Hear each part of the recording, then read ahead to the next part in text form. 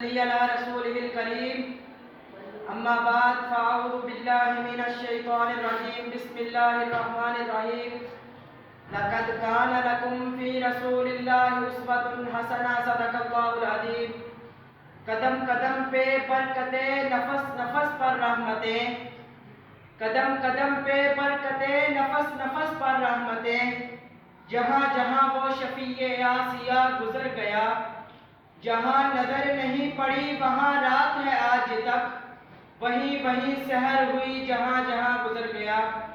میرے معزز سامعین اور اساتذہ کرام السلام علیکم ورحمۃ اللہ وبرکاتہ۔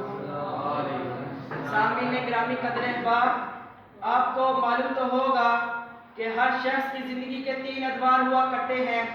پہلا دور بچپن کا، دوسرا دور جوانی کا اور تیسرا دور بڑھاپے کا، اور یہ بھی سیرت نگاروں، مقرروں، خطیبوں، دانشوروں اور ادیبوں کا اصول ہے کہ جب کسی شخص کی سوانح عمری لکھی جاتی ہے یا بیان کی جاتی ہے تو اس کا آغاز بچپن سے کیا جاتا ہے اور بڑھاپے پر ختم کیا جاتا ہے۔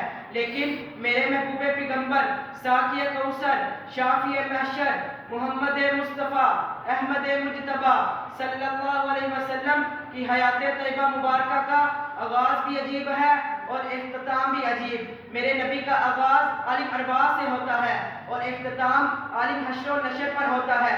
یہی وجہ ہے کہ ام المومنین حضرت عائشہ صدیقہ رضی اللہ تعالی عنہا سے کسی شخص نے حضور پرنور صلی اللہ علیہ وسلم کی سیرت کے بارے میں پوچھا تو آپ نے فرمایا کیا تم قرآن نہیں پڑھتے؟ سارا قرآن ہی میرے نبی کی سیرت ہے۔ حضور صلی اللہ علیہ وسلم کی ایک سیرت وہ ہے جو انبیاء بیان کرتے ہیں، ایک سیرت وہ ہے جو اولیاء بیان کرتے ہیں، ایک سیرت وہ ہے جو عالم و خطیب بیان کرتے ہیں، ایک سیرت وہ ہے جو پیر و کتب بیان کرتے ہیں، اور ایک سیرت مبارک وہ ہے جو عرش والا خود اپنی زبان مبارک سے بیان کرتا ہے۔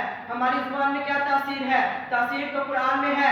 آئیے چلتے ہیں قرآن کی طرف۔ قرآن میں جب حضور صلی اللہ علیہ وسلم کے روح انور کا ذکر کہا تو قرآن نے کہا قد نرا تقلب وجہک۔ جب حضور صلی اللہ علیہ وسلم کے رخسار اقدس کا ذکر آیا تو قرآن نے کہا والضحیٰ۔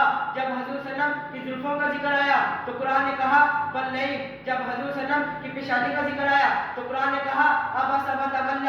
جب حضور صلی اللہ علیہ وسلم کے چہرہ انور کا ذکر آیا تو قرآن نے کہا یاسین۔ جب حضور صلی اللہ علیہ وسلم کی عبادت کا ذکر آیا تو قرآن نے کہا یا ایھا المزمل قم اللیل الا قلیلا۔ جب حضور صلی اللہ علیہ وسلم کے جہاد کا ذکر آیا تو قرآن نے کہا لقد کان لکم فی رسول اللہ اسوۃ حسنہ۔ جب حضور صلی اللہ علیہ وسلم کی نماز کا ذکر آیا تو قرآن نے کہا یا ایھا المدثر قم فانذر۔ جب حضور صلی اللہ علیہ وسلم کے یار و غار کا ذکر آیا تو قرآن نے کہا ثانی اثنین اذ ہما فی الغار۔ جب حضور صلی اللہ علیہ وسلم کے معراج کا ذکر آیا تو قرآن نے کہا سبحان الذی اسری بعبدہ لیلا من المسجد الحرام۔ جب حضور صلی اللہ علیہ وسلم کے یار و غار کا ذکر آیا تو قرآن نے کہا ثانی اثنین اذ ہما فی الغار۔ میرے نبی کا علم بھی کامل ہے، علم بھی کامل ہے، صداقت بھی کامل ہے، امانت بھی کامل ہے، شجاعت بھی کامل ہے، عدالت بھی کامل ہے، بلکہ میرا تو یہ دعویٰ ہے کہ جب جب حضور صلی اللہ علیہ وسلم کو عالم سمجھتے جائیں گے ان کی تعریف کرنے پر مجبور ہوتے جائیں گے۔ اب میں وقت کی نزاکت کو پیش نظر رکھتے ہوئے اپنی تقریر کو دلی دعا سے ختم کرتا ہوں۔ الہی جسم میں جب تک ہماری جان رہے، الہی جسم میں جب تک ہماری جان رہے تجھ پہ صدقہ رسول قربان رہے، میں رہوں نہ یا نہ رہوں، عزت قرآن عشق مصطفیٰ صلی اللہ علیہ وسلم رہے۔